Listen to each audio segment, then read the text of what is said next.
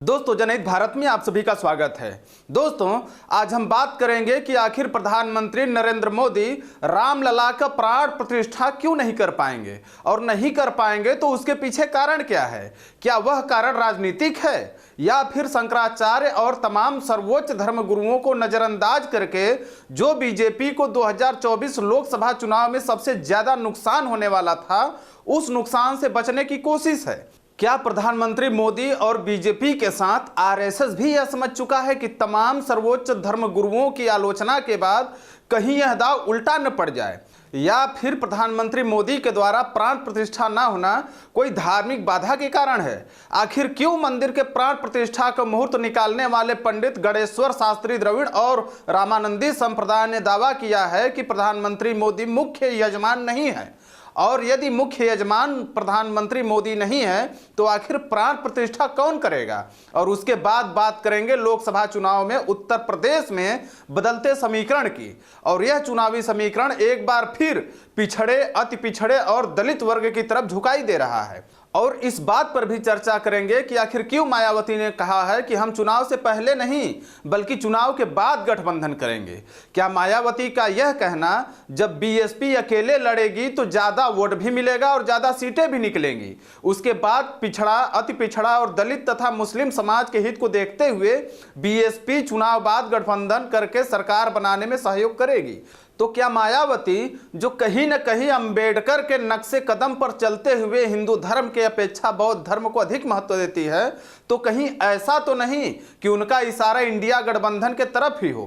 क्योंकि जिस प्रकार मीडिया कॉन्फ्रेंस में मायावती ने अयोध्या में मुस्लिम धर्म के मस्जिद बनने पर स्वागत की बात कही है, उससे यह नहीं लगता कि आने वाले समय में बीजेपी और इंडिया गठबंधन दोनों में से यदि किसी को सरकार बनाने की जरूरत पड़ती है तो मायावती सीधे सीधे गठबंधन के पाले में ही जाएंगी।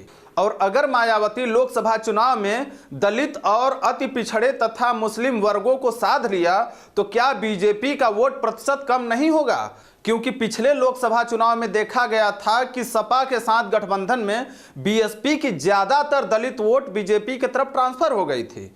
तो क्या बीएसपी के इस नए दाव से बीजेपी को मिलने वाला दलित और अति पिछड़ा वोटरों को साधने की रणनीति है, या फिर भाजपा या ईडी और सीबीआई के दबाव में आकर मायावती इंडिया गठबंधन से नहीं जुड़ रही हैं। और अंत में चर्चा करेंगे राहुल की न्याय यात्रा की, और यह जानने का प्रयास करेंगे कि 2024 में लोकसभा चुनाव के द्वारा सामाजिक, आर्थिक, राजनीतिक क्षेत्र में लोगों को न्याय दिलाने के लिए जो न्याय यात्रा मणिपुर से प्रारंभ कर रहे हैं, क्या वह यात्रा भाजपा के हिंदुत्व कार्ड पर भारी पड़ेगा।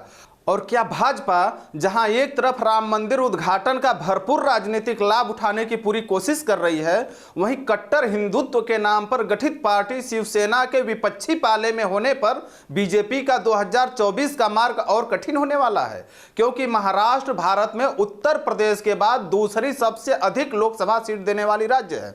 दोस्तों, अब चलिए एक एक खबर पर विस्तार से बात कर लेते हैं। दोस्तों, दैनिक भास्कर के हवाले से आपको जानकारी दे दें कि रामलला के प्राण प्रतिष्ठा का मुहूर्त निकालने वाले पंडित गणेश्वर शास्त्री द्रविड़ के साथ मंदिर में प्राण प्रतिष्ठा कराने वाले पंडित लक्ष्मीकांत दीक्षित और रामानंदी संप्रदाय श्रीमठ के ट्रस्टी राम विनय दास ने दावा किया है कि प्रधानमंत्री मोदी प्राण प्रतिष्ठा में मुख्य यजमान नहीं होंगे, बल्कि राम जन्मभूमि के ट्रस्टी के सदस्य डॉक्टर अनिल मिश्रा और उनकी पत्नी मुख्य यजमान होंगी, और यही दोनों मंदिर में प्राण प्रतिष्ठा भी करवाएंगे। प्रधानमंत्री मोदी केवल प्रतीकात्मक यजमान की भूमिका में रहेंगे, क्योंकि कोई गृहस्थ ही प्राण प्रतिष्ठा में हिस्सा ले सकता है। तो सवाल यह है कि क्या प्रधानमंत्री मोदी को धार्मिक विवाद के चलते प्रतीकात्मक यजमान बनाने की भूमिका में ला दिया गया। क्योंकि जिस तरह से अधूरे मंदिर को लेकर शंकराचार्य द्वारा शास्त्र विरुद्ध आयोजन का आरोप लगाया जा रहा था, कहीं उस एक और आरोप से बचने के लिए तो प्रधानमंत्री मोदी को मुख्य भूमिका से नहीं हटा दिया गया। अब चलिए बात कर लेते हैं बीएसपी सुप्रीमो मायावती की। आखिर उन्होंने 15 जनवरी को अपने जन्मदिन के मौके पर 2024 के लोकसभा चुनाव से रहस्य का पर्दा हटा दिया, और मायावती ने घोषणा कर दी कि 2024 लोकसभा चुनाव बीएसपी अकेले ही लड़ेगी। उन्होंने यह भी कहा कि बीजेपी या अन्य पार्टियां यह कभी नहीं चाहती कि कोई दलित पार्टी सत्ता पर आसीन हो, इसलिए अपने पार्टी को मजबूती देने के लिए अलग से चुनाव लड़ना बीएसपी और दलित तथा अति पिछड़े और मुस्लिम मुस्लिम समाज के हित में होगा। लेकिन मायावती ने यह भी कहा कि चुनाव बाद दलित, अति पिछड़ों और मुस्लिम समाज के हित को देखते हुए वह गठबंधन भी कर सकती हैं। सवाल यह है कि क्या मायावती ने ऐसा डिसीजन लिया है कि जहां एक तरफ वह बीजेपी के ईडी और सीबीआई से बच सके, वहीं दूसरी तरफ विपक्षी दलों के कुछ सीटें कम होने पर गठबंधन में शामिल होकर भाजपा को कड़ा जवाब भी दे सके? और क्या इसीलिए अभी भी बीएसपी अपना ट्रम्प कार्ड बचा के रखी है, जो चुनाव के बाद पता चलेगा। बहरहाल जैसी उम्मीद इंडिया गठबंधन वाले बीएसपी से लगाए थे, उस उम्मीद पर तो फिलहाल पानी फिर गया।